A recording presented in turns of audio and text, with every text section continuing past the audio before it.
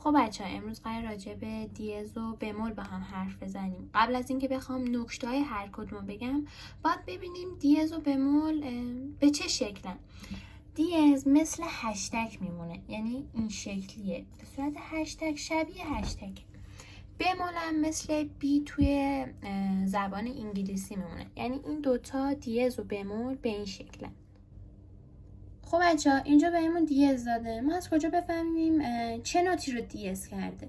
باید با خط و میان خط بریم جلو. اینجا رو خطه، پس باید نوتای خط رو بگیم. میشه می، سول، سی، ر، فا.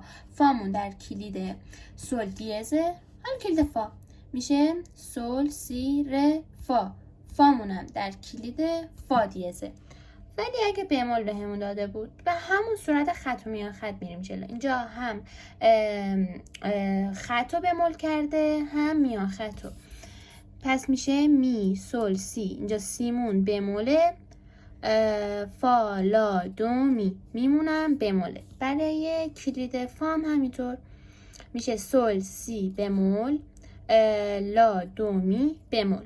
حالا به دو صورت بهمون دیز و بمول میده.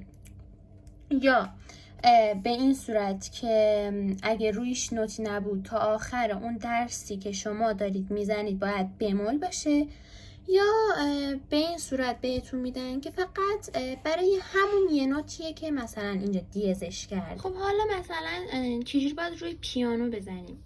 هم بمول رو بهتون میگم، هم دیزو.